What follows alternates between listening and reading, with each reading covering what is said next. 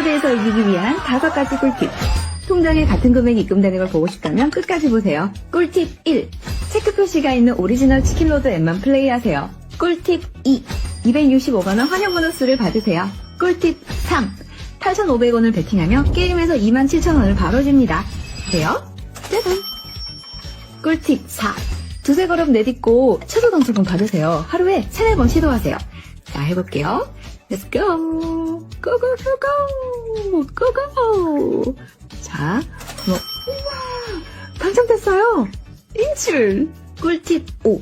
지금 바로 제 링크를 사용해서 치킨로드 앱을 다운로드하고 첫 게임에서 보너스를 더 받으세요. 집에서 나가지 않고도 매주 100에서 140만 원을 벌 수 있도록 도와주는 5가지 방법을 알려드렸어요. From childhood, that kind of embodies the feeling you have about them now, or that keeps you tied close to them?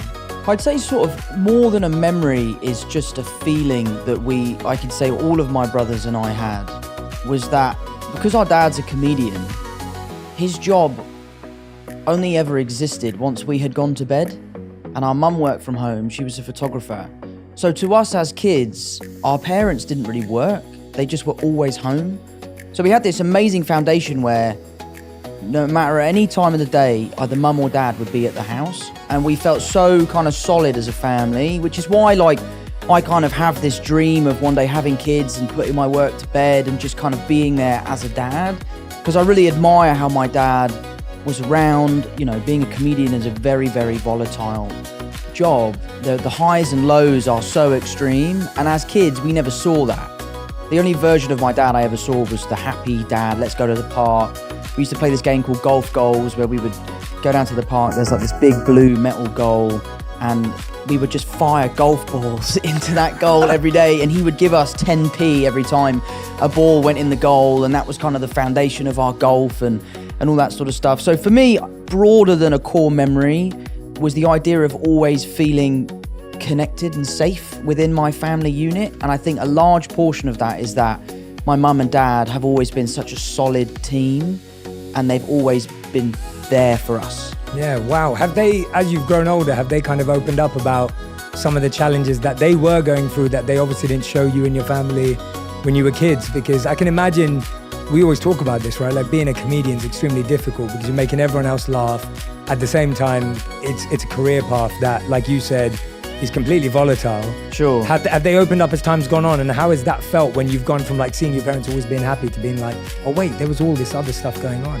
Absolutely they have. And it's not even sometimes things that they've told us, it's just things that we've grown up to recognise. As a young kid, you know, you're not looking to how's my mum feeling, how's my dad feeling. And now as an older person, you know, those are things I care about. I want to call my mum because I know it will brighten her day. So that's all part of growing up, I guess. So seeing the way in which my dad's job affects him or my dad's job affects my mum is something we've all sort of come to terms with, and he's amazing at it. I mean, to be honest, I say affect, it doesn't really affect anyone. He's so good at handling it, which is a lot of why I feel like I am the way I am. For example, The Crowded Room's come out, the critics absolutely hated it. They thought it was the worst thing they've ever seen, and it doesn't really upset me. And I think a large part of my feeling towards that has come from my dad being able to do a gig, the gig not going well, him brushing it off his shoulder and just right onto the next one. Yeah, wow. And first of all, I want to point that out as well. So I've been watching The Crowded Room. Right. And me and my wife have been watching it together, and we're actually really enjoying it. Good, thank and you. so we're actually loving it because I love a show that has mystery. Sure. That's trying to like get me to figure it out and get me to think about it. I'm kind of confused, and I love stuff like that. Like I'm a massive Christopher Nolan fan. Yeah, absolutely. So all my favorite movies are Nolan movies, and the reason why I love them is because I have no idea what's going on. Sure. And that's and you got to figure it out. And you got to figure it out. And I love puzzles, and I love escape rooms, and I love anything an escape room. Yeah, I love anything that's got me thinking, what is going on here, and why can't I figure it out? Mate, do you know what you should watch? I admittedly watch it to go to sleep if I'm ever feeling stressed or like overstimulated. I watch this guy called Chris Ramsey. He's like a YouTube guy. He's a magician, but I just watch him solve puzzles. He like buys these Japanese like handcrafted puzzle boxes, and he just solves them. And I've started buying them, and they come to the house, and you sit down for 4 hours, put it down, pick it up, and try and solve this puzzle. And it's amazing. Are you any good at them? No, I'm terrible at them, mate. I'm absolutely terrible. I've had an unsolved Rubik's Cube since I was like 11. But yeah, so I watch his videos because there's just something about like the sound of the wood. I'm a carpenter, so I love like craftsmanship and that sort of stuff. So I love the way that these pieces are put together. So watching him solve the puzzles, I find so relaxing. Yeah, I think for so many of us, you know, getting bad reviews, perceptions, people talking about us, whatever that may be, whatever scale we live at, can actually affect us. Sure. And you saying that actually seeing your dad, seeing him shrug it off and seeing him move on actually really helped him. Do you think that you've been able to create a bit more of a skill around that now, or is it something that happens naturally for you? Because I'm guessing that there's a lot of people who are listening and watching going, Tom, that's pretty amazing that you can do that at your scale and your level. But, you know, I'm still affected by that, or I really struggle when my mate says something. Like, I know the number one thing I hear is like, most people don't chase their dreams because they're scared of what their mates will say, let alone what the world will say. Yeah, like I had this I was flying back last night, as I was telling you. So I was on a plane from DC to London last night, and the air hostess, she was wonderful, her name was Jeanette. She said to me, she was like, Jay, I really want to start a YouTube channel, but you know, you just got to block out what your friends are going to say, right? And she was just worried about it. So that it's a very real thing. So I guess, have you kind of figured out a little formula for it, or is it just natural because you saw your dad and it's become easier that way? I think it's a little bit of both, really. You know, I think it's something you definitely get better at. I'm really lucky that I have an incredibly strong group of friends. Like, one of my best mates just called me up earlier to say he'd seen the 5th episode, and he's like, I know what happens in the show and I'm still loving it. The people I'm watching it with have no idea what's going on, but they can't wait for the next one. Yeah. So, you know, I really, really hold high the opinions of people that I really care about. I'm also really lucky to have an amazing group of fans who are so supportive. They are diehard, they are there day one, and that makes me feel really good.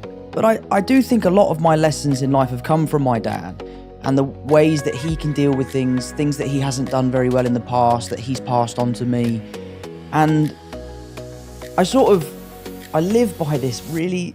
I don't actually know if Christian Bale did say this, but I think love he Christian did. Bale, so I love Christian we'll Bale. Say he said I it. Yeah, love Christian we'll say Bale. he said it. Yeah. But I think the quote is, if you have a problem with me, text me. And if you don't have my number, you don't know me well enough to have a problem with me. That is so good. And I think that is such a great piece of advice, because as a celebrity, you live on this stage, you live out there, you kind of give out a version of yourself that you want people to see.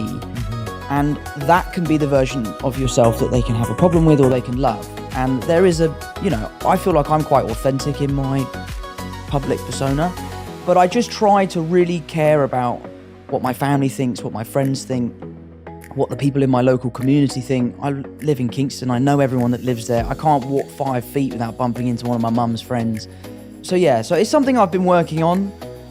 I try my best to not let that stuff affect me. It does. Yeah, of course. I'm not cold-hearted or anything like that. It does affect me, but I just try to move on and focus on the positives. Yeah, absolutely, absolutely. What was did you ever see your dad deal with everything and you thought, wow, that was incredible? Like, was there anything specific that you remember that, like, seeing him like tackle something and you thought, wow, that really impressed me, even if it was something really small in hindsight? I think the thing I admire most about my dad is his resilience.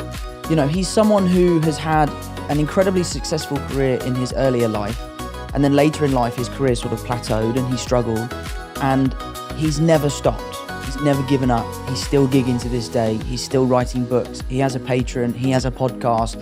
He's constantly grafting to get to where he wants to be. And I think being a young kid and seeing your dad continually working as hard as he can to kind of put his best foot forward, for me, has been a huge drive for my work ethic. I'll give it 100% or I'll give it nothing. And I think a lot of that has come from my dad and seeing him deal with that. The funny thing about my dad is, you talk about doing a bad gig. I must have seen him 20 times. I've never seen him do a bad gig. He always seems to absolutely rip it.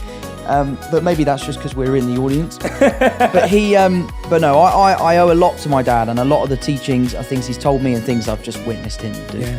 And was there ever a piece of feedback or a rumor or something you saw that did affect you, where you actually thought, well, or at least made you stop and go, God, I'm trying to see the positives, but this one's tough. Like this actually made me have to pause and figure it out. Something that did really upset me, I was in New York, I was shooting The Crowded Room, and I was having a really hard time with the job just because of how taxing it was, the emotional capacity that I was having to get to every day.